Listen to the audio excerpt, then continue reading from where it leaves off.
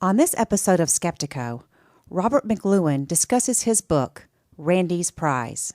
We complain an awful lot, don't we, about people like James Randi and apparently sort of subverting what seems to be perfectly good data and sort of rather deceptively distorting perceptions and so on. And we complain about that a great deal. But I think we have to sort of start thinking beyond that and thinking, well, what is it exactly that these guys are trying to protect?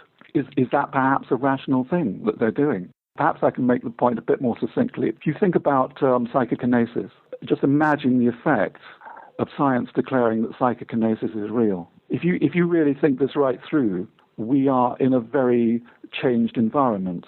If we are starting to say that human minds can interact with matter. I agree, but I don't think it comes anywhere near to the revolution that it takes to say that consciousness survives death. I mean, as soon as we say consciousness survives death, I think everything pales in comparison. So we can move objects with our mind. Who cares? What is our mind? Where does our mind reside? What is us?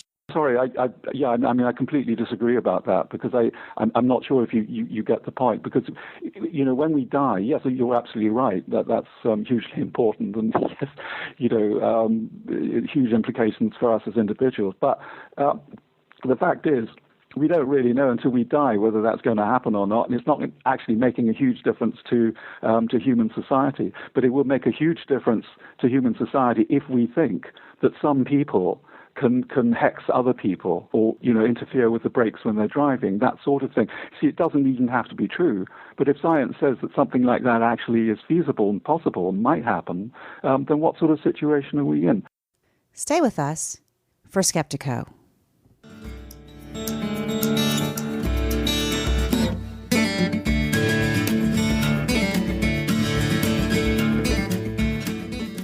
Welcome to Skeptiko, where we explore controversial science with leading researchers, thinkers, and their critics.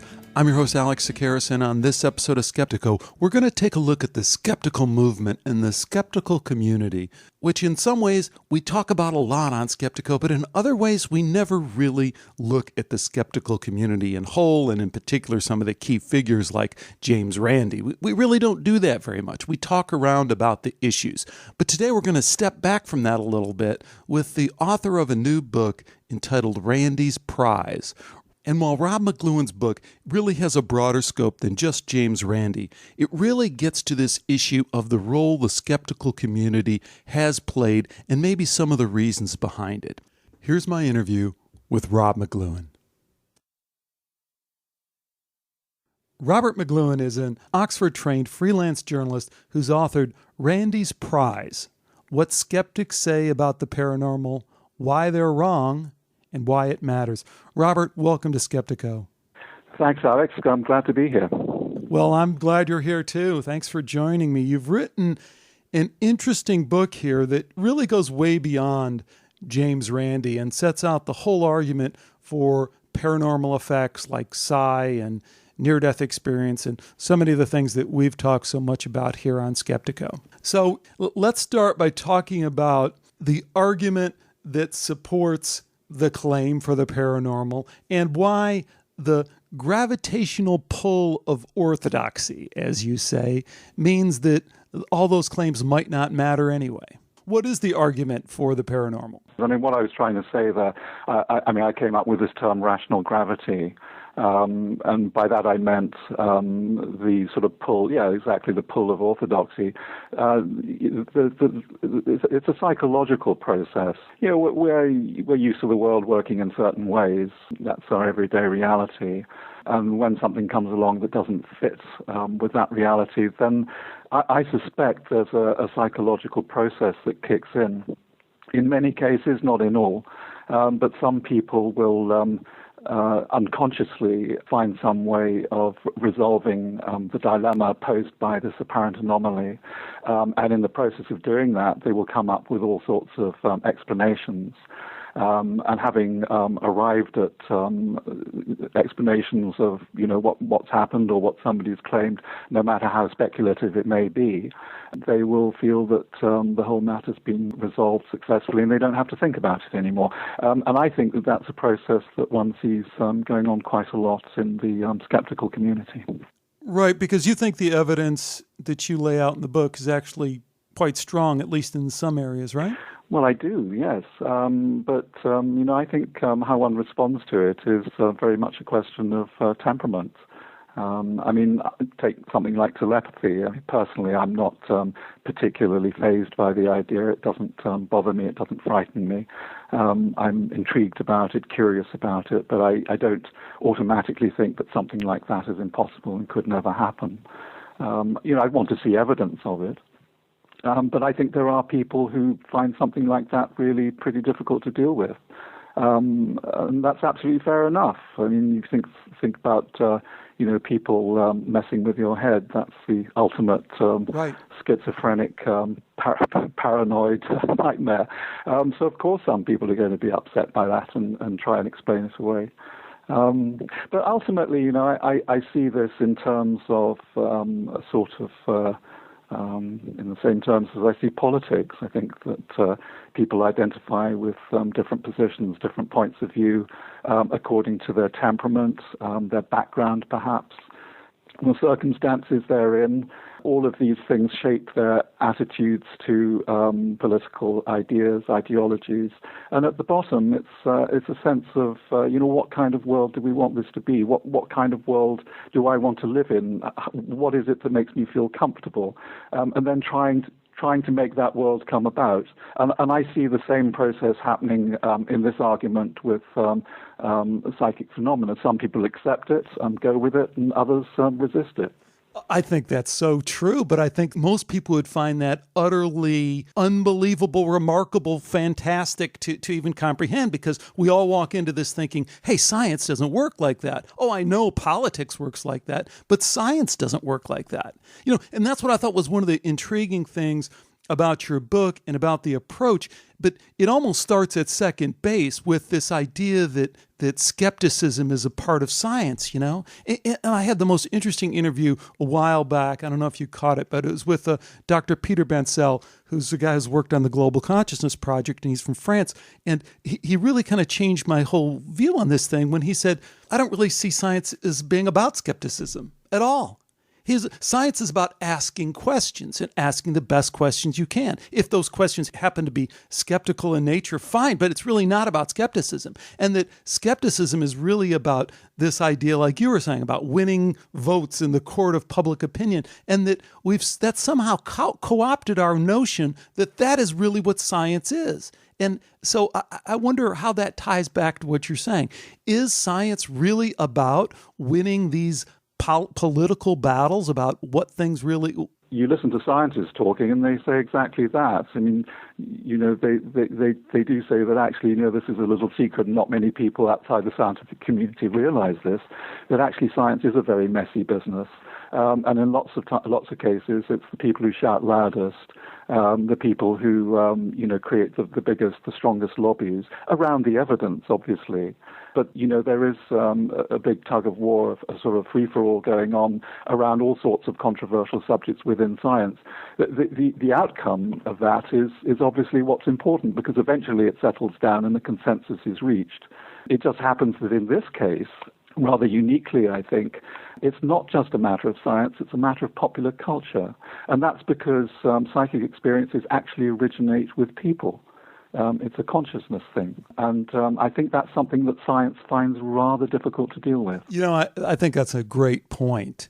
And I wonder if that's the other little dirty secret in science, or the part that isn't publicly discussed. And that's that science is totally immersed in our culture and in these culture war issues that keep rising to the surface. And one of the things that really kind of gets to me is when we kind of paper that over and we say, no, science is above that, science is different.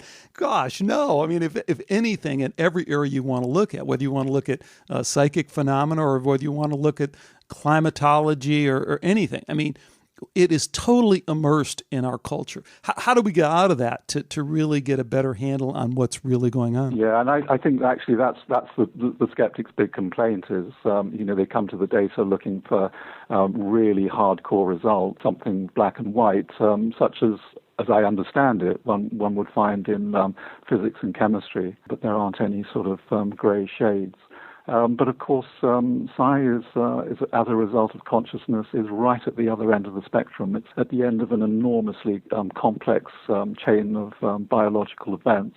And it is very hard to pin down in that way. But I think it's up to people like us to try and, untangle these issues and present them clearly and as articulately as we can, so that the public and scientists themselves, who may not know very much about these issues, can understand them better and a better place to make a judgment. Tell us a little bit about how you set out to do that in your book, Randi's Prize. Yeah, okay. Well, this goes back quite a way now, because I started to write this book in the mid-90s, and it came about because I was reading a lot of science books. And it was only then that I really understood for the first time just how completely science appears to reject any idea of spirit, of soul, of psychic communication, all these things which I, until that moment, hadn't had any sort of very particular strong view on, but which I remained open-minded about. And I thought, well, hang on, these guys really know what they're talking about, so this is something that I ought to investigate. So I started going to libraries, looking at books. I found the Society for Psychical Research, huge collection of research going right back to the 1880s. And this was a huge surprise to me. I had no idea that all this stuff was out there. So I started a process of reading both sides, looking carefully at what the skeptics were saying, looking at the studies by the psychic researchers and trying to make some sense of it, and actually failing for the longest time. But after about 2.5 years, it sort of started to become clear to me, just simply by dint of hard work and hard study, that the skeptics really didn't have a handle on it. They were actually coming to it with with speculations rather than actual research. The analogy that I drew in the last episode, and it really was similar to you, in that, after banging on it for the longest time, it kind of struck me, it's really apologetics. It's really analogous to Christian apologetics, where they use logic and reason, but you know where the story is going to end. It's like a child's book. Yeah, no, I hear you, and I sometimes feel that way myself. But actually, at that time, I really was taking the skeptics very seriously indeed, and it was very difficult for me because I was just going ding dong, ding dong. I'd read the skeptics and I think, God, these guys really, yeah, of course it was a trick, and that's how he did it. And then I'd read the researching, and I think, well, hang on, there's a lot of detail here. It's not quite as clear as all that. And it was very difficult to come to a decision about it. But having done that, having done it, I actually wrote the book. I did actually get an agent, a literary agent, and he hawked it around, and nobody was interested, so that was pretty much the end of that. But when I thought about it, I thought, well, what I've done is I've written a study of psychic research, of parapsychology. But who cares?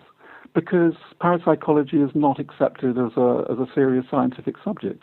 That book will only ever appeal to people who know something about these issues, and probably my knowledge about it is not going to add very much to theirs. So really, I've been wasting my time.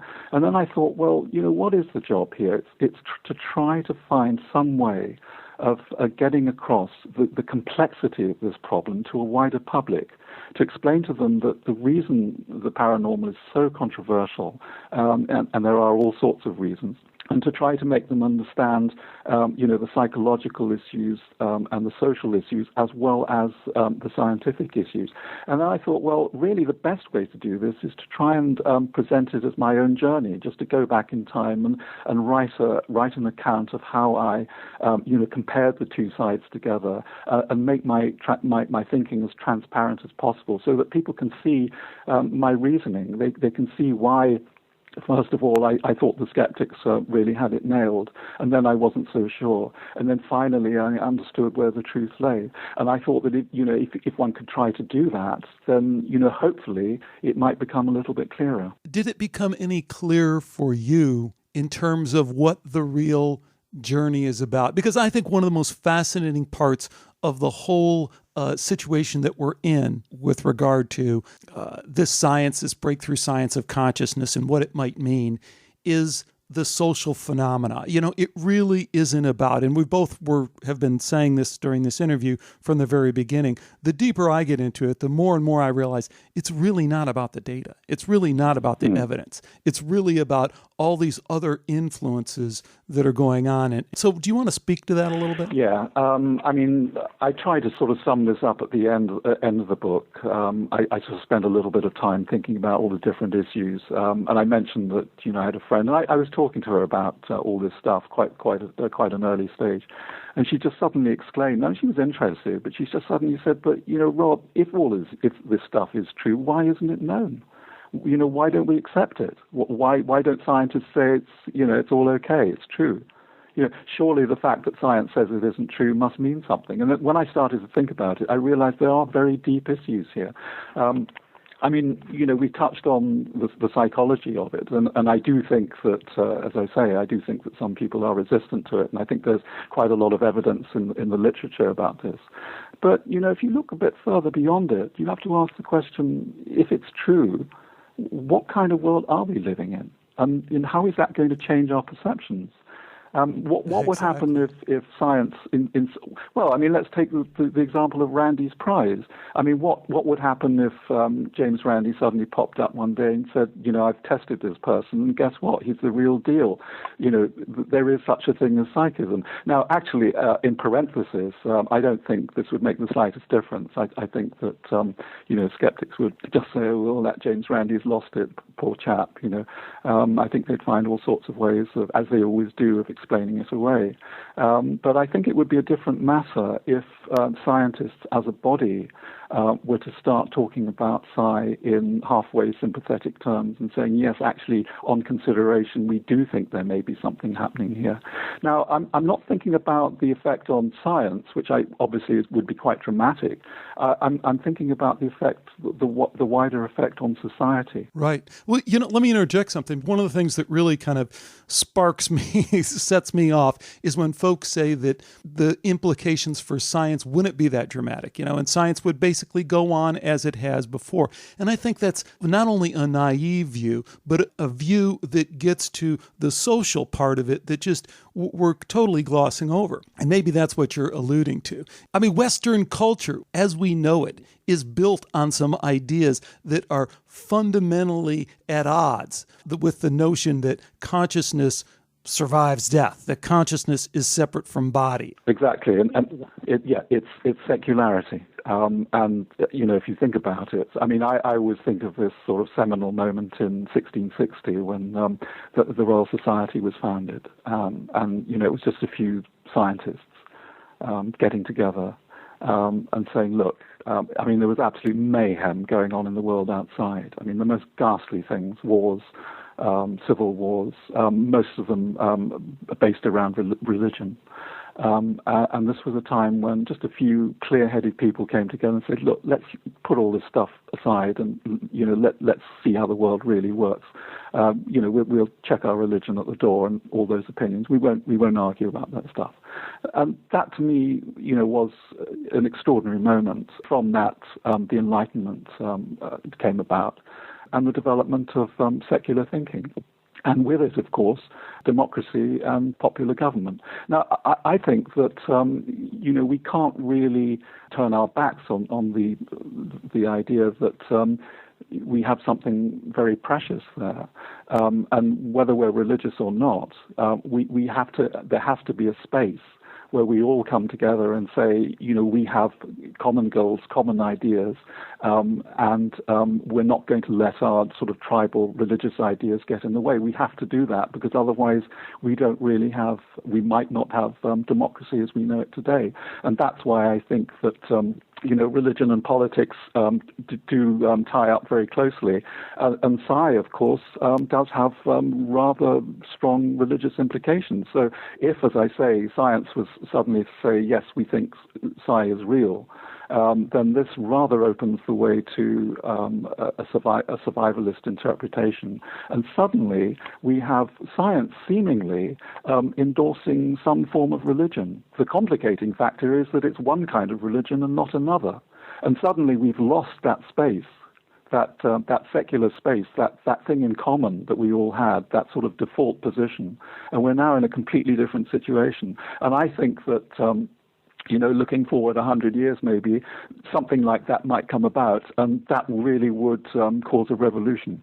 But I'm not sure. I was with you there for a minute, Robert, but I'm not quite sure what you're really advocating there, that we need to stay within the confines of the society and structure that we've built in terms of our political structure and I'm also not quite sure what you mean that this idea of consciousness would favor a particular religion. Maybe you can expound on those two aspects. Yes. Okay. All right. Well, no, these are difficult questions, and as I say, I've touched on it in the book, but it's perhaps a little bit hard to get across in a couple of sentences. I think that Psi shades into spiritualism. If you're talking about mediums, and if you're investigating mediums, and you say yes, these guys have some ability to. Certainly to tap into other people's minds, and beyond that, the possibility of tapping into the minds of dead people, then straight away you're starting to create a religious framework. And spiritualism is a very particular ideology. It is not at all, no, that's wrong. It's not very easily harmonized with traditional Christianity.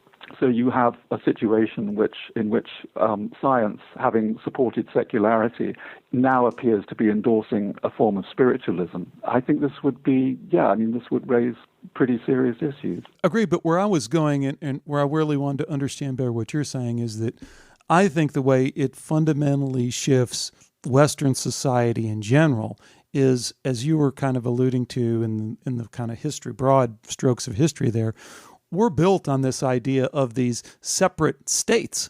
We're built on the idea that we are separate entities, of course, but we're also built that we have these separate economic interests and that we trade and we do these things and we have this kind of tribal mentality. And if the science is as it appears, then we really have to rethink those at a very deep level. I mean, we are no longer, this separateness goes away. I mean, that's one of the things we learn right away. And so... Sorry, you're talking about separateness as individuals. And separateness as tribal groups, as separate states. I think that's just a small leap. I think the links between materialism and materialism are there too, in terms of consumerism and what we consume versus... and this idea. So, I think these notions run very, very, very deep, and yet we never really get to those conversations. And what I thought was so... let me just finish this point. Because what I thought was so interesting, and what I thought you were alluding to there for a minute, is that those are the conversations people really want to have, is that do we want to make the decision, even if it is true, do we want to follow the data there, or is that way too unsettling and we don't really even want to go there? Right now, it isn't a conscious decision, but maybe it should be a conscious decision. Yeah, no, exactly. I agree completely, and I think that's why it's important to start talking about these things. I mean, you said start a conversation. That is absolutely my idea. I think there are things we need to talk about here because we complain an awful lot, don't we, about people like James Randi and apparently sort of in a rather opportunistic way, subverting what seems to be perfectly good data and sort of rather deceptively distorting perceptions and so on. And we complain about that a great deal. That's been going on since 1880. But I think we have to sort of start thinking beyond that and thinking, well, what is it exactly that these guys are trying to protect? And is there some? Is that perhaps a rational thing that they're doing? What do you think? I think there's I think we'd have to take that into account. I really do. I mean, just a very small thing I'd like to raise is I was talking about psi and religion, and that's a rather large subject to get into a small space. But perhaps I can make the point a bit more succinctly in terms of superstition as a sort of a general entity. If you think about psychokinesis, just imagine the effect of science declaring that psychokinesis is real. If you really think this right through, you really have to see that we are in a very changed environment. If we are starting to say that human minds can interact with matter, then that raises all sorts of very difficult implications. I agree, but I don't think it comes anywhere near to the revolution that it takes to say that consciousness survives death. I mean, as soon as we say consciousness survives death, I think everything pales in comparison. So we can move objects with our mind. Who cares? What is our mind? Where does our mind reside? What is us? Where have we been? No, all right. No, sorry. I completely disagree about that, because I'm not sure if you get the point. Because, when we die, yes, you're absolutely right. That's hugely important, and yes, huge implications for us as individuals. But the fact is, we don't really know until we die whether that's going to happen or not, and it's not actually making a huge difference to human society. But it will make a huge difference to human society if we think that some people can hex other people, can cause. I think Stephen Browdy has a good phrase here, to cause a despised co-worker's computer to crash, or to cause somebody a migraine. I mean, these are very small things, but interfere with the brakes when they're driving, that sort of thing. See, it doesn't even have to be true. But if science says that something like that actually is feasible and possible and might happen, then what sort of situation are we in? And I suspect, and I'm not sure if this is a conscious idea that skeptics have, and I don't recall them talking about it particularly. I think we are giving him way too much credit, but go ahead. Yeah, perhaps. I think that's something that sooner or later will have to come up, and yes, we will have. I think what I'm trying to say in a nutshell is, Alex, we have to think about the implications, the wider implications of psi. Or rather, the wider implications of psi endorsed and accepted by a central authority like science. Right, and I don't want to go too far down this path because we already have. It's fascinating, but we could do 5 hours on this, and most people would be not that interested. But it seems to me that the crux of your argument is that we somehow needed to hold the fabric of this society that we have together, which is fine. I mean, that's a very interesting point. But my point was that I think some of the science questions the fundamental underlying assumptions we have about why we would form a society the way that we have. So it would challenge the whole notion of, you're saying, gee, society as we know it would fall apart. And I think a logical stream that you could take near-death experience science is to say, we've totally got society wrong in terms of how we've constructed it. So a total reset on the reset button is something that we should start with rather than say, how do we keep this little engine going that we already have? No, I completely agree, and of course that is the obverse of what I've been saying. I think the way I've been talking is in the context of skeptical responses to paranormal claims. Because as I say, we've talked about it lots of times here on Skeptiko, that skeptics do come up with all sorts of distortions which seem frankly unfair. But I think we've got to stop complaining about it and actually start thinking about things from the skeptic's point of view. I mean, what is it that frightens them about it so much? I think that's just a fascinating point. I'm so glad we went there. And you mentioned James Randi again just a minute ago, and I want to come back to James Randi because I know there's a lot of folks who are going to tune into your book, flip it open, and expect to see a lot about James Randi. And you don't really have a lot about him in there. No. But by the same token, I think he's worth talking about in this context because he really is a fascinating character. And he really is, by his own making, he's really right in the middle of this whole thing we're talking about. What's your take on James Randi? Yeah, James Randi, difficult question. I mean, I did anticipate your remark, and in fact, I have sort of tried to preempt it a little by pointing out that the book isn't really about James Randi. I mean, it's. The title for me, Randi's Prize. I just thought that was a cool image for the whole, for the whole debate, the whole controversy. Because Randi's Prize in scientific circles actually means something, and I just took it as a sort of an image for the controversy generally. But there is another point to make here, and that is that actually I think a book about James Randi, would it be that interesting? I think it would be interesting to those of us who know quite a lot about the subject. I think perhaps you could put a book together about, James Randi's adventures and his, various interactions and all the and he's a funny guy, and you could get all sorts of mileage out of that. But a book like that's only really going to be interesting to people who know about James Randi, and I'm not really interested in that. I'm not interested in preaching to the converted. I mean, I hope very much that, people... But there's a hold it, Robert, because there's a whole nother angle here that really does get to the heart of what your book is about, and that's why skeptics believe what they do. And I think we have to be very careful when we use the term skeptic, because as you alluded to earlier, in that they're kind of the advance guard to society and the fabric of society that holds it together. I mean, that's way a stretch for me, but that's where we were going before. They are also the advance guard, the bulldog on a chain for science in general. So when I talk about skeptics, I'm not talking about some group of weird guys who meet once a year in London and in Las Vegas. I think far from that. I think they are really front and center for mainstream science. They're the guys who are out there espousing these ideas so other people can take cover and say, I don't really have to deal with that stuff. And in that way, I think looking at James Randi and looking at the phenomenon of James Randi is central to what you're talking about. So I do want to go there. Yeah, I agree. And of course, I mean, I wouldn't want to give the impression I haven't written anything about James Randi. In fact, he features quite a lot in the book. Of course he does. He's one of the main guys.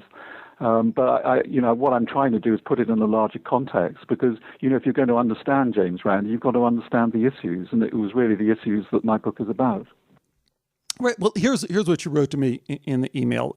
My view of Randi is that he's a conjurer doing whatever it takes to create illusions and opportunistically manipulating circumstances to his end.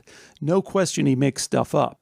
Now, that's what you said, and that is the truth. I mean, that's what the record says to anyone who looks at it. I'm fascinated by James Randi. It has to be said, I am. I mean, he's a phenomenon in all sorts of ways. But I think one of the things especially that I puzzled about for a long time is what it is that makes magicians in particular so extremely upset about paranormal claims. And when I thought about this, I sort of pushed it a bit and came up with some quite interesting conclusions. Conjurers are always talking about how easy it is to deceive people. It's all about deception, about distraction, and they will say, that is half the conjurer's art. Once you know how to distract people, then you can do all kinds of stuff. And it's the fact that people, anybody can be distracted, can be deceived, that makes stage magic possible. And I just wondered whether this is something that magicians are actually doing. Well, but hold on, Robert, because all that might have been true way back at the very beginning, at the earliest phases of how Randi and some of these other folks approached it, but we really can't go there anymore. And from the little quote of yours that I played, I think the part that is just plain out there that we have to address is that no question he makes stuff up, because there is no question he makes stuff up. But the important point for our discussion here is that the people inside of his organization, very few people know that. People are surprised by that. I'll give you an example, and this will take a minute, but a couple weeks ago, I published an episode of Skeptiko, and I played an audio clip from a very old video done by Stanford Research Institute, where they had done some ESP experiments with Uri Geller. And these were pretty fantastic experiments. This is what Targan put off, right? So I presented these, and I put it out there, and hey, right away I got a response on my website saying, hey, you know what? You really missed the point here, because all this stuff was debunked by Randi in his book Flim Flam, and he debunked all these experiments. Now, what's so fascinating is, we got to get into a little bit of the details here, but one of the main ways that he debunked it is Randi claims that the cameraman for these experiments, a guy named Pressman, has come out and said, hey, these were faked. I didn't shoot all this video, and therefore we can't trust these experiments. Well, someone finally went and investigated whether that claim is true, and it was completely false. Targan put up, said, here, I have an affidavit from Pressman. He says he did record every bit of the video. And then somebody finally called up Pressman, and he said, that's an outrageous claim. It's totally fabricated. Yes, all that video you see was shot by me. So, but here's the point. Here's the point in all that. Not that Randi lied, but he did. But when you present that evidence, like I did, to a skeptic, to a Randi supporter, they're impervious to it. They're like, well, that doesn't matter. And one of the things they say is, well, Randy's done so many good things. Randy's done so many good things. Can't we allow him a follow-up here or there? And I mean, that just is the beginning of the list of kind of misdeeds of James Randi. So the interesting part from this aspect of where you're handling this is, what is it about our need or the need among this group to so desperately believe? It really is almost like a religious kind of fervor that they get, and a need to, even when you present some really obvious stuff, they just can't go there. They have to stand behind those 6-foot images he has of himself at these conferences. I mean, there are some very cultish aspects to it. Not that there aren't some very cultish aspects to other aspects of our society. I mean, religion is certainly very cultish. But I mean, how do we sort all that out in terms of what's really going on there? Right. Well, as I say, I think it's up to people like us to talk about these things and make them clear.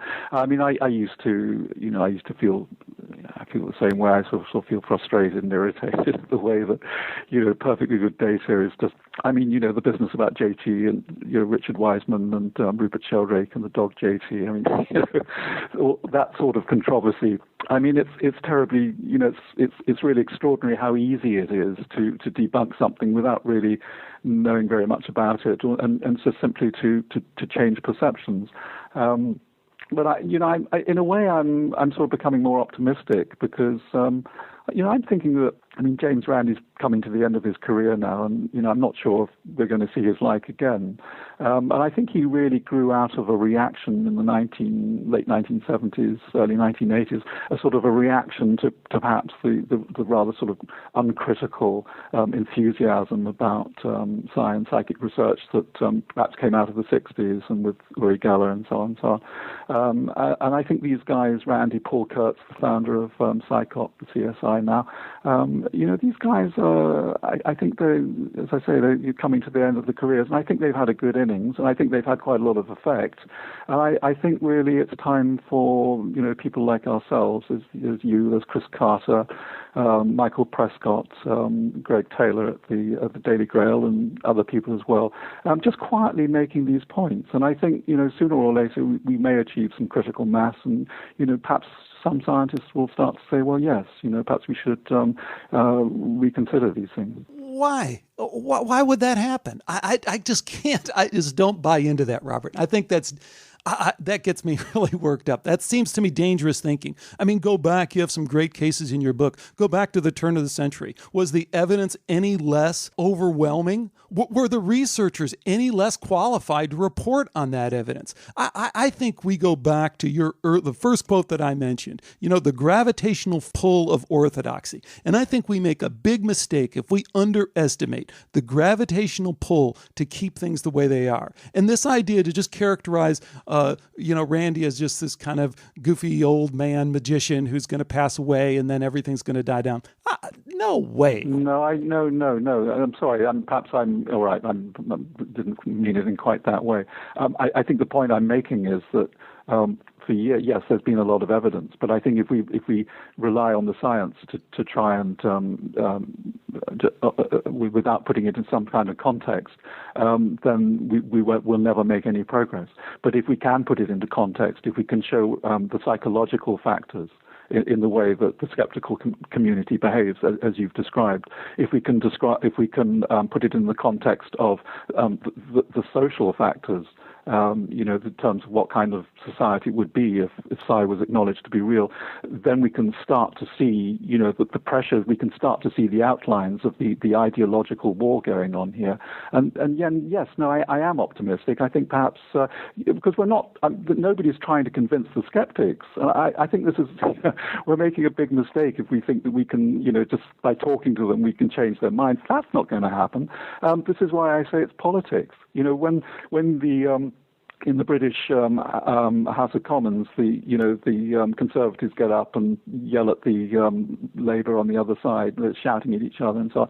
They're not trying to convince each other. They're trying to influence public opinion, and I think that's what we should be doing. I'm not so sure. I mean, one of the things that I've found from doing Skeptiko is that there really are a lot of people in the middle. There really are folks who are in a process of trying to understand this information, and they're trying to come. You had another quote in your book about the vacancy of the New Age thinking, you know, and how it's really intellectually vacant. And I think that we could also say that about a lot of religious thought that gets thrown around. You know, it doesn't have a lot of meat to it for someone who wants to approach the topic intellectually. So I think there's a lot of folks that come into this in the same way that you did. In the skeptical message is very appealing because it buys into something they've already discovered, that, hey, there's a lot of bunk out there that I have to sort through. But I think there's a lot of people that are in that middle ground then who are open to, hey, you know what? This doesn't quite ring true either. And as I alluded to, they're surprised when they find out that Randi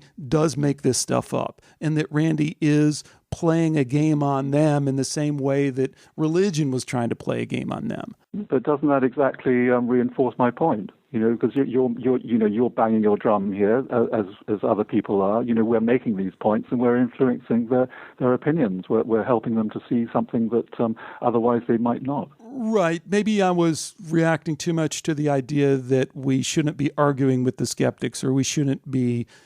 I think we need to have a certain respect for folks who are willing to engage in the first place on these topics. And yeah. I think there's a lot of room to engage with skeptics and to really find a way to talk about these things in a meaningful way. So, you know, this idea that we can't convince a skeptic, I think is not a starting point. It's not a starting point for me. And I just move away from that position. I'm interested in this. I mean, do you actually think you could change a skeptic's mind? I think everyone who is a quote unquote believer, I'm a believer, was once a skeptic. Yes. So I think it's kind of a tautology. Of course, I don't know if you or I can do it, but I think there's a process that they go through. And I think that, you know, and there's certainly, I don't want to make it like it's a, you know, there's plenty of believers who are now skeptics too. So, you know, it kind of goes both ways. But no, I was thinking more of, you know, the skeptic spokesman, you know, the PsychoP types. I mean, they're not going to be persuaded, are they?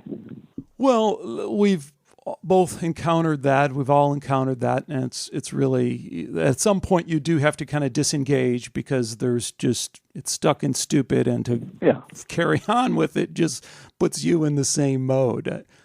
One thing I guess that I'd pull back and ask about the James Randi phenomena, if you will. One of the things that it seems to me that he has done, and it's part of his appeal, these ruthless attacks, personal attacks, on scientists who really are caught unsuspecting of it. When I first got into Skeptiko, that's one of the things that kind of motivated me, is that I felt like it was really kind of an unfair game. I mean, here's a guy who had brought hardball, dirty trick style politics to science. I mean, if he gets credit, he gets credit for doing that and having that really work, because a lot of us really like that hardball, dirty trick style, even if we don't admit we like it. You know, we like it, and we kind of admire people who can get ahead by any means. But he really brought that to science, and they're really, I think these folks are really caught unsuspecting. I mean, I know, you know, Rupert Sheldrake and Dean Radin, some of the people I first talked to and I highly respect. I think they were really just unprepared for someone who would just have that kind of approach. Yeah. No, I mean, I think that's always true. I think parapsychologists are shocked and taken aback when, you know, the skeptics charge, and, you know, they just can't really believe that they make such extraordinary claims and exaggerations and distortions and so on. But, you know, there's an awful lot at stake here. I mean, there's a point here about Randi's prize. I have been trying to investigate a bit and trying to work out what goes on there, and it suffers from a terrible lack of transparency. I mean, you can't really see what's going on. I mean, Randi just says, well, you know, lots of people have applied and nobody's got past the preliminaries. Well, what does that really mean? You know, it is a sort of a barrier, and it's very difficult to get past. Right. So where do you plan to go with the book? and with your website as well. How is this going to evolve for you? I know it's available. Yeah, it's all about information. I want to try to, I talked about a lot of the research, and I think that one of the things that really has been missing from this argument is the data itself. Obviously that doesn't apply so much to the modern parapsychology, but certainly, some of the previous psychic research into the sort of ghosts and apparitions and mediums and poltergeists and all these sorts of things, I think needs to be made more easily accessible. So it's very important to me to try and move that along. And I've been talking to the Society for Psychical Research, and they're going to make a lot of their early data, some of the interesting early articles by people like Frederick Myers and Hodgson and so on, available on their website for free, so that hopefully people will be able to go and download it. And I'll be providing links on my website. So it's about sort of trying to start a conversation, but also sort of nudging people to sort of check things out for themselves. And tell us a little bit about how that's working out for you on your website, Paranormalia. I wasn't sure how that was going to work out, but I find myself writing. I thought it was just going to be sort of little posts or sort of comments, but actually once I started writing, I sort of got quite involved. So they tend to be quite long essays, which is why I tend not to write as often as I'd like. But it's been fascinating, actually, because I get a lot of comments and a lot of regulars turn up, and we've had some really interesting debates there in the comments threads. And in fact, I thought I might highlight some of them and just sort of revisit them to see what's been said. And we have, there are a few skeptics show up and very gamely make their points, and they tend to get mobbed a bit by the regular visitors. But they stick to their guns, and we do have some quite interesting discussions. But one of the things that comes up there a lot is, and one of the things that the regular visitors complain about when they're trying to get skeptics' attention, is that the skeptics won't engage with the research. We're talking about things like, for instance, we're talking about mediums, so we talk about Leonora Piper, and then the skeptic will come back with all sorts of explanations that he thinks that we should take seriously. And then we say, well, actually, we've looked at these explanations and they don't really stand up next to the data. But how will you know unless you read it?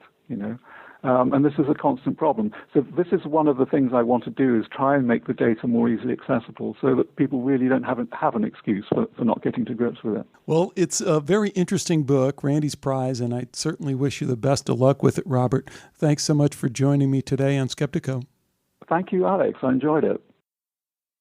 Thanks again to Rob McLuhan for joining me today on Skeptiko. If you'd like more information about this show, including links to all our previous shows, please visit the Skeptiko website at skeptiko.com. You'll also find links to our forums where you can join a dialogue with other listeners, and an email and Facebook link to me. Well, thanks for joining me as we wrap up my third year of doing Skeptiko. And I have to tell you again what a great pleasure it is to do this show, to have this dialogue with all of you, and I certainly look forward to doing it for a long time in the future. I have a bunch of interesting shows coming up, so stay with me for that. And until next time, bye for now.